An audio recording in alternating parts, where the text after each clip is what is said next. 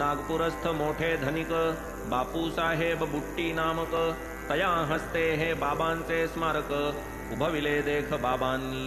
बापूसाहेब परमभक्त साई चरणी नित्यानुरक्त, आले निज परिवारा सहित राहिले शिर्डीत सेवेस।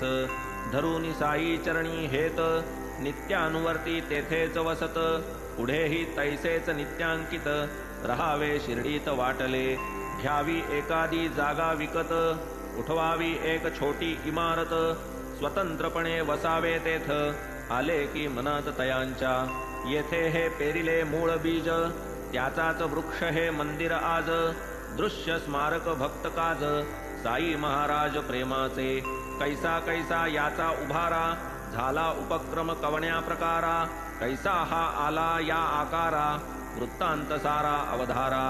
विचार हे ऐसे चित्ती, दीक्षितांची या माडीवरती। बापू साहेब निद्रिस्त स्थिती, दृष्टांत देखती मौजेचा।